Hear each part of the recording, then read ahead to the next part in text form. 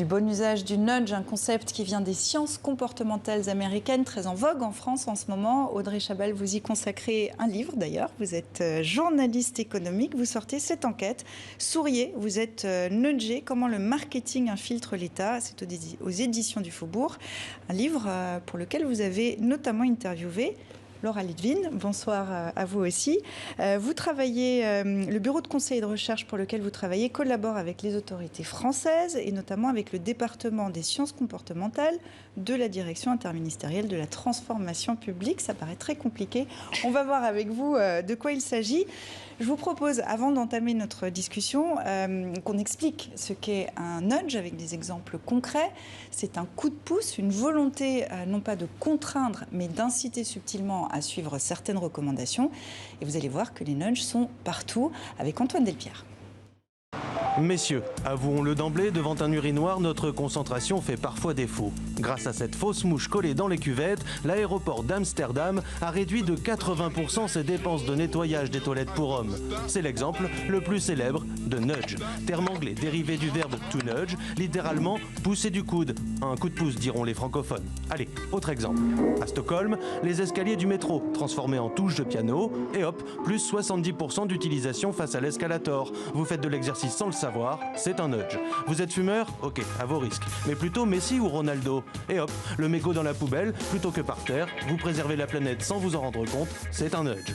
Ces incitations douces, comme l'appelle le marketing, sont partout. Dans le mobilier urbain, les gares, les magasins bien sûr, mais aussi ici. Si nous ne voulons pas subir demain un troisième confinement, nous devons redoubler de vigilance.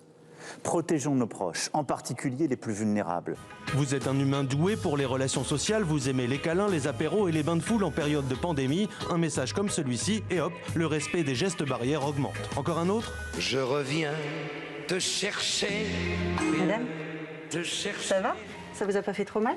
Parce qu'on rêve tous de se retrouver, vaccinons-nous. Sentiment de culpabilité ou de responsabilité plutôt que contrainte et sanction pour inciter à la bonne décision. Bref, modifiez votre environnement ou la norme sociale pour influencer discrètement vos choix en vous laissant penser que vous avez décidé tout seul. C'est la théorie du nudge, popularisée en 2008, notamment par cet homme, Richard Thaler, qui a reçu pour ça le prix Nobel d'économie. What have I done? I basically have made a career stealing ideas from psychologists. S'il s'appuie sur les sciences du comportement et leurs théories sur les émotions, les instincts, ce qu'on appelle les biais cognitifs, le nudge, utilisé par un gouvernement, pose question.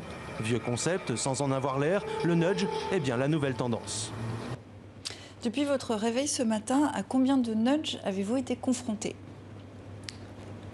Qui va commencer? Comment? Moi, pas énormément, je suis restée chez moi. Mais Ils sont partout. ça dépend, enfin, tout dépend de comment vous le définissez.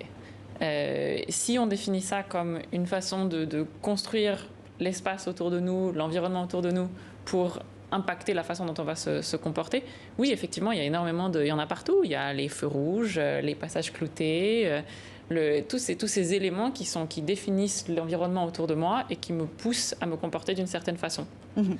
Donc plein. Alors, communication politique, sciences comportementales, psychologie, sont des outils qu'on a depuis des décennies. Au fond, la nouveauté, c'est quoi? C'est une novlangue pour transformer un vieux concept? C'est un peu ça. C'est-à-dire que le terme de nudge est un mot qui est utilisé normalement en langage courant en anglais et qui a été réutilisé, on l'a vu dans le sujet, par Richard Thaler. C'est marketé en fait. Il utilise les sciences comportementales. C'est un outil qui a été marketé pour le mettre en avant un petit peu et pour le présenter de manière différente. Mais c'est vieux comme le monde. Mais vous qui êtes une nudgeuse, si vous me passez l'expression, qu'est-ce que vous apportez de plus par rapport à une pub par exemple? Je ne dirais pas qu'on est des nudgers pour commencer. Mais c'est-à-dire que nous, on se place vraiment dans une approche qui est une approche scientifique de compréhension du comportement humain. Ensuite, on étudie une question qu'on nous pose, un comportement qu'un décideur public souhaite encourager ou décourager. On étudie les éléments de comportement humain, mais qui soient à la fois individuels ou sociaux, ou aussi contextuels, donc l'environnement dans lequel ce comportement a lieu. On propose des solutions qui peuvent être parfois des nudges, parfois d'autres choses, parfois des sludge. Le jumeau maléfique, celui qui incite à faire le contraire de ce qui serait bien. Nous ne proposons pas des sludge. Non, c'est-à-dire que nous, c'est pas dans notre profession de foi, dans la définition qu'on a donnée à notre approche. Notre approche, on ne travaille que sur des projets qui ont une vocation sociale. Vous avez un exemple une vocation récent bénéfique. Vous travaillez sur quoi en ce moment ? Sur quoi on travaille en France, Là, en ce moment, vous travaillez sur quoi ? Moi, je suis donc à la tête de notre bureau français, donc je travaille essentiellement avec les autorités françaises. Et on travaille, par exemple, sur... on travaille avec Pôle emploi sur comment améliorer l'accès à l'emploi pour les personnes en situation de handicap. On travaille avec le ministère du Travail et les missions locales pour savoir comment essayer de restructurer le parcours qu'un jeune a donc, au sein d'une mission locale pour essayer d'amener plus d'autonomie, plus de confiance en soi pour ces jeunes, donc en restructurant la façon dont ils sont suivis. Et donc c'est vrai que typiquement, si on prend cet exemple-là, on construit un nouveau parcours, des nouveaux outils pour ce parcours. Ça inclut des nudges. À des moments, c'est vrai qu'on redéfinit le parcours que les jeunes vont suivre en essayant d'utiliser des outils qui simplifient cette démarche, qui la rendent plus accessible, plus compréhensible, mais il y a aussi d'autres choses. Est-ce que c'est toujours pour notre bien ? Alors, vous avez employé le terme de sludge tout à l'heure. Les jumeaux maléfiques. Donc exactement. Il s'agit de faire des choses compliquées pour expliquer, des choses compliquées pour décourager. Par exemple, je peux m'abonner facilement à un service, mais c'est beaucoup plus compliqué de me désabonner. Exactement. Et en fait, c'est toute la problématique du nudge. C'est-à-dire que, comme on l'a dit, c'est un outil des sciences comportementales. Et comme un outil, il peut être utilisé à bon ou à mauvais escient. Et c'est toute la problématique. C'est-à-dire que... par exemple, des entreprises privées vont utiliser le nudge, donc ces leviers comportementaux, pour inciter les individus à rester plus longtemps sur un site internet, pour les inciter à acheter un peu plus. Donc là, on va parler de sludge, mais on parle aussi de sludge dans l'administration. Par exemple, il y a des problématiques qui sont... je ne sais pas, par exemple, vous essayez de remplir un papier administratif, c'est très compliqué des fois. Et voilà, donc là, l'administration, pour réduire la fraude aux allocations, par exemple, va mettre des freins, des tensions, des frictions qui vont rendre difficile le remplissage de ces papiers administratifs. Est-ce qu'on peut dire que c'est de la manipulation ? Oui, juste pour dire, je ne suis pas entièrement d'accord avec ce qui vient d'être dit. C'est-à-dire que le sludge dans l'administration, c'est pas dans la même démarche parce que c'est pas une démarche volontaire d'utilisation d'un outil. Et nous, on se passe plus dans une idée où on se dit, il faut qu'on vienne faire un audit de là où les démarches sont trop difficiles et que justement, elles ne permettent pas de l'accès, le recours aux aides auxquelles les personnes ont droit, etc. Quand on rend les choses plus difficiles, pour le coup, ça peut être du nudge. Le nudge peut rendre les choses plus difficiles. L'attestation, l'idée était de rendre les choses plus difficiles. Il y a une nuance entre vie publique et puis vie économique, peut-être ? Parce que là, vous prenez deux exemples qui ne sont peut-être pas tout à fait dans le même cadre. Alors, le nudge, de toute façon, c'est quelque chose de très économique, très marketé, donc qui est utilisé par les entreprises privées. Là, et c'est ce que j'explique dans mon ouvrage, c'est que ces techniques de marketing sont utilisées beaucoup par les administrations, par les collectivités, de plus en plus. Et beaucoup depuis le début de la pandémie en France. On va s'intéresser au cas précis de la France. Le gouvernement français utilise le nudge. Le 12 mars 2020, Emmanuel Macron s'exprime devant le peuple. Et là, pour vous, ça fait tilt. Alors exactement, je m'étais déjà penchée sur le nudge, en suivant un petit peu Richard Thaler et son prix Nobel d'économie. Et puis effectivement, en écoutant Emmanuel Macron, je me suis dit là c'est du paternalisme libertarien, c'est-à-dire qu'il nous dit je compte sur vous, je compte sur le bon usage de ces comportements, puisqu'il a été beaucoup question de ça. Et en fait, là où ça a fait tilt, c'est que cette crise, cette pandémie est hautement comportementale.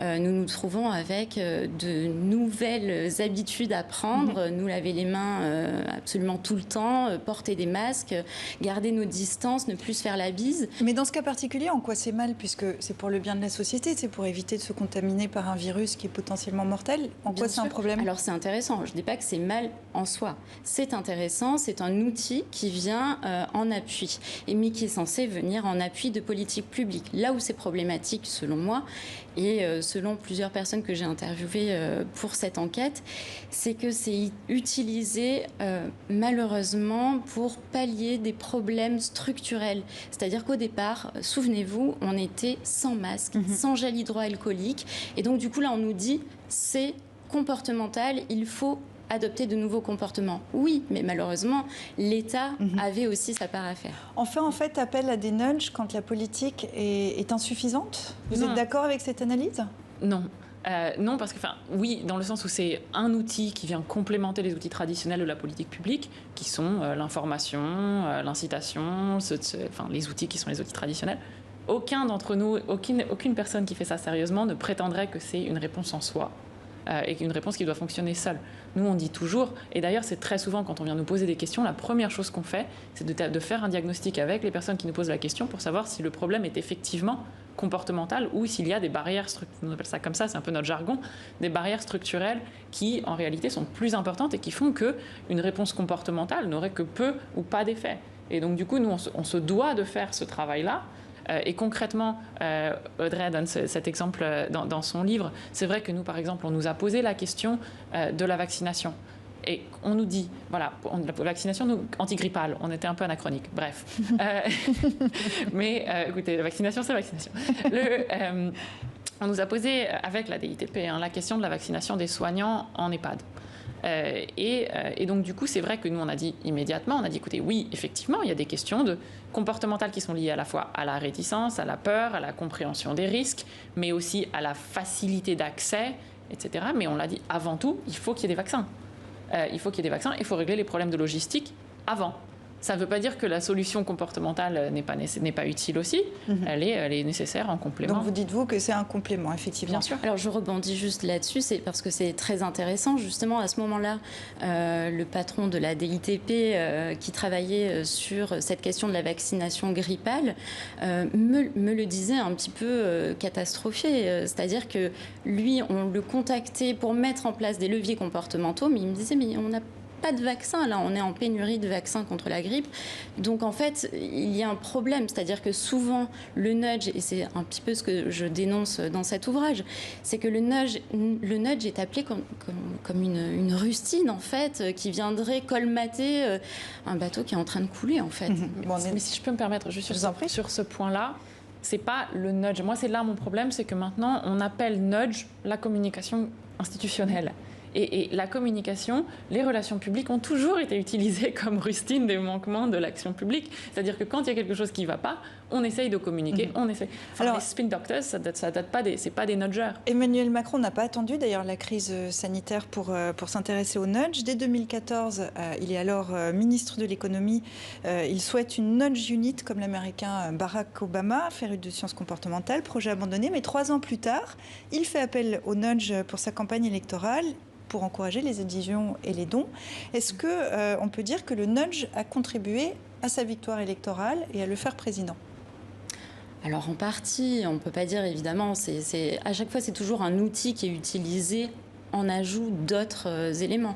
Là où le nudge est intéressant, et le nudge est très macronien, on va dire, dans la mesure où il est utilisé par des personnes au sein du gouvernement qui connaissent cet outil-là et qui connaissent les sciences comportementales et qui s'y intéressent depuis longtemps. Emmanuel Macron les connaît très bien. Et durant son élection, effectivement, pour faire augmenter les dons, il a fait appel à BVA et c'est sur les leviers des sciences comportementales que ça a été utilisé. Est-ce qu'on arrive à quantifier les résultats ? Bien sûr. Enfin, sur cet exemple-là, non, parce qu'ils n'ont pas essayé de le faire. Mais nous, on a la méthode que nous appliquons et on associe de façon très très proche ce côté innovation, application des leviers comportementaux et expérimentation. Et tous les projets qu'on mène, et avec la DITP aussi, ont cette phase d'expérimentation, de test, où on utilise toutes les méthodes les plus rigoureuses possibles d'évaluation d'impact, quantitatif et qualitatif. D'ailleurs, on quantifie, mais on qualifie aussi. Ça, c'est fondamental. Et il y a aussi un aspect qui est très important, c'est qu'il y a nudge et nudge. Il y a 1000 variantes d'un message et on peut tester l'efficacité relative de ces messages. Souriez, vous êtes nudgé. Comment le marketing infiltre l'État, Audrey Chabal, c'est votre livre. Merci beaucoup d'être venu et merci à vous aussi, Laura Ludwin. Merci.